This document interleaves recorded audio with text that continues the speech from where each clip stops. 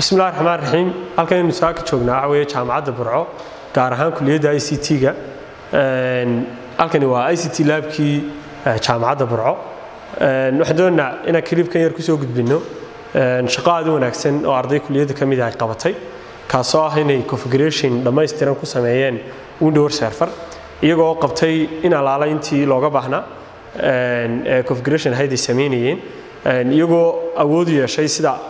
ay ku arki doono fiidiyoga inay qabteen in meesha oo materialskii qura ah ay ka soo bilaabeen sida in network cablekii u yaalo serverkii aan rakibnayn u yaalo muraayadii qalabkii wixii oo dhan kaasoo ay ka soo qaadeen halka ayna keeneen halkan quruxda badan imika aynu u jeedno aynu fiidiyoga aynu ka arki doono kaasoo ay full configuration ku sameeyeen Windows server iyo wixii looga baahnaayo dhan sida in serverkii halka ku jira 13 ka computer imka la isticmaalayo ama 13 ka desktop la isticmaalayo dhamaantood ay wada hostigayaan serverka lagana maamulayo mar laga wada baqtiin karo userada iyo wixii laga soo sameeyo serverkana dhamaantood laga isticmaali karo inta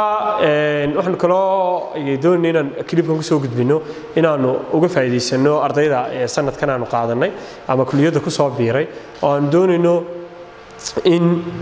aanu ugu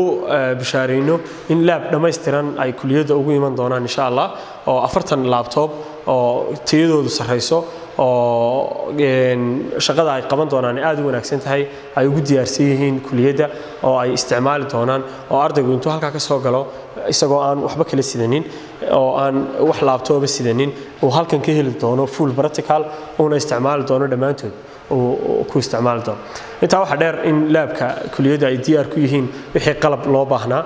sida network iyo kale in ay yaalaan switcheski routerski firewalladii wixii oo dhan ay dhamaantood ku dhameystiran yihiin ardayduna ay semesterkan ay ku sameyn doonto isagana full practical wax kale halkan isagana aynu uga faa'iideysan doonaa ardayda iyaduna serverka ama network dhigata in iyaduna ay ku sameyn doonto maxay full practical ay ku qaadan doonto oo serverkii oo caadi ah oo shaqeynaya ay computerradan ay ka soo gali doonaan marka hore ka soo hadalay ardaydu waxay dhameeyeen 13 ka computer in halka server kaliya laga maamulo userku ardaygan sameeyana intaas oo dhan dhamaantood lagu gali doono marka waxaynu tijaabin doonaa masleegi doonaa inagoo sameeynayna oo maxamed userka inoo sameyn doono ardayda kalena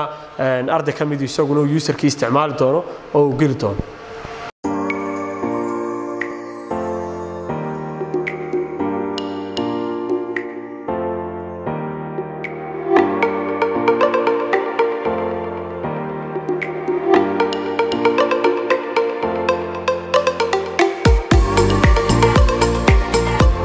marka imika maxamed wuxuu sameeyay user kaas oo la yiraahdo ICT24 passwordkiisana waxa la yiraahdaa ciga 123 marka waxaanu u iman doonaa Ismaaciil waxaanu eegaynaa inuu userkii ku galo ICT24 iyo ciga 123